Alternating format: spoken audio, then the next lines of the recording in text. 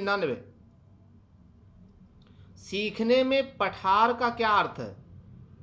तो सीखने में पठार का अर्थ है सीखने की क्रिया का रुक जाना, यानी कि अधिगम में रुकावट।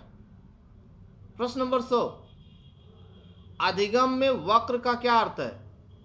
तो अधिगम में वक्र का अर्थ है अधिगम में प्रगति, यानी कि अधिगम में वक्र जो होता है वो उन्नत और अवनत दोनों को दिखाने वाली रेखा को अधिगम वक्र कहते हैं। अब बात करते हैं 101, स्कीमा, स्कीम्स और स्कीमाटा। यह एक प्रकार का संज्ञानात्मक संरचना है। ये संज्ञानात्मक संरचना किस मनोवैज्ञानिक के द्वारा प्रतिपादित किया गया? तो ये प्रतिपादित किया गया है जीन पियाजे के द्वारा, और जीन पियाजे स्विट्जरलैंड के मनोवैज्ञानिक थे। इन्होंने ही संज्ञानात्मक विकास सिद्धांत का प्रतिपादन किया था, यानी कि संज्ञानात्मक विकास सिद्धांत का जनक कौन है? तो वो है जीन पियाजे। जी हाँ, इनसे संबंधित अगर आप विस्तृत जानकारी करना चाहते हैं तो साइको वाले प्लेलिस्ट में जा करके इसको विस्तृत आप वहाँ देख सकते हैं। प्रश्न नंबर 102, अनुकरण द्वारा सीखना, ये सिद्धांत किसने दिया? तो अनुकरण द्वारा सीखना ये सिद्धांत का प्रतिपादन 1941 में डोलार्ड और मिलर के द्वारा किया गया था। अब बात करते हैं प्रश्न नंबर 103, बालिकाओं में वयः संधि कितने वर्ष की होती है या कब से कब तक होती है? तो लड़कियों में यानी बालिकाओं में वयः संधि की जो अवधि होती है वो 11 से 13 वर्ष की होती है। वयः संधि किसे कहते हैं? वयः संधि दो अवस्थाओं को जोड़ने का काम करती है। बाल्यावस्था को किशोरावस्था से जोड़ने का कार्य करती है वयः संधि। ये जो वयः संधि होती है ये थोड़े समय के लिए होती है, लेकिन शारीरिक विकास की दृष्टि से इस अवस्था में शारीरिक विकास बड़ी ही तीव्र गति से होता है। प्रश्न नंबर 104, बालकों में वयः संधि कब से कब तक होती है? तो बालकों में वयः संधि 12 से 13 वर्ष के बीच में होती है। वयः संधि बाल्यावस्था को किशोरावस्था से जोड़ती है, जिसमें शारीरिक विकास बहुत ही तीव्र गति से होती है। अब बात करते हैं प्रश्न नंबर 105, बाल्यावस्था और किशोरावस्था को जोड़ती है कौन? वयः संधि।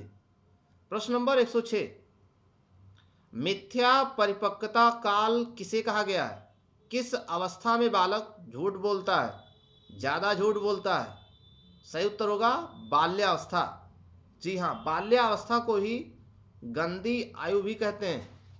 प्रश्न नंबर 107, मनोविज्ञान व्यवहार का शुद्ध विज्ञान है। ये किस मनोवैज्ञानिक का कथन है? तो ये है वॉटसन का। जी हाँ, वॉटसन एक व्यवहारवादी मनोवैज्ञानिक थे, और वॉटसन ने ही कहा था कि मुझे एक शिशु दे दीजिए तो मैं उसे वातावरण के प्रभाव से कुछ भी बना सकता हूँ। ऐसा किसका विचार था? ये वॉटसन का विचार था। अब बात करते हैं प्रश्न नंबर 108, मनोविज्ञान चेतना का विज्ञान है।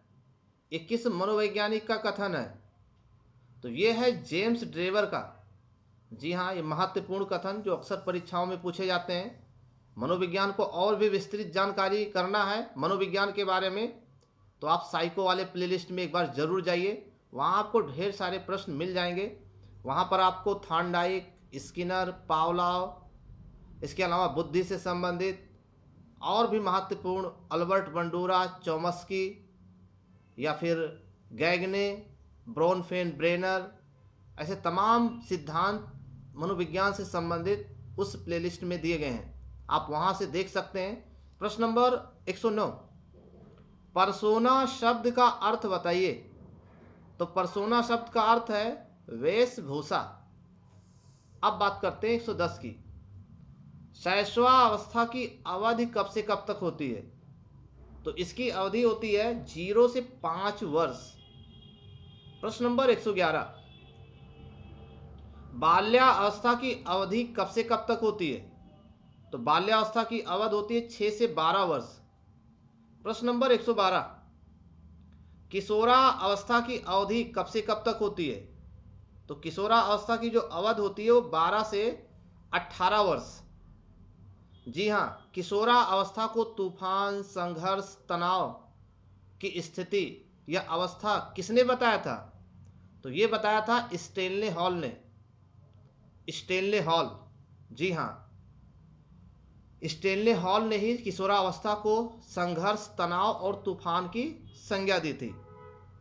और स्टेनले हॉल ने ही एडोलसेंस पुस्तक लिखा था। तो एडोलसेंस पुस्तक किसने लिखा? स्टेनले हॉल ने। प्रश्न नंबर 113, प्रौढ़ावस्था की अवधि कितनी मानी गई है? तो 18 से ऊपर ये प्रौढ़ावस्था की अवधि है। प्रश्न नंबर 114, गंदी आयु किस अवस्था को कहते हैं? तो बाल्यावस्था को गंदी आयु अवस्था भी कहते हैं। समूह की प्रवृत्ति किस अवस्था की विशेषता है? बाल्या ही अवस्था की विशेषता है। 115, कार्य और कारण का सिद्धांत किस वाद से संबंधित है? तो यह है यथार्थवाद से संबंधित। तो ये था मनोविज्ञान से संबंधित महत्वपूर्ण प्रश्न। हमारे वीडियोस को देखने के लिए आपको बहुत बहुत धन्यवाद।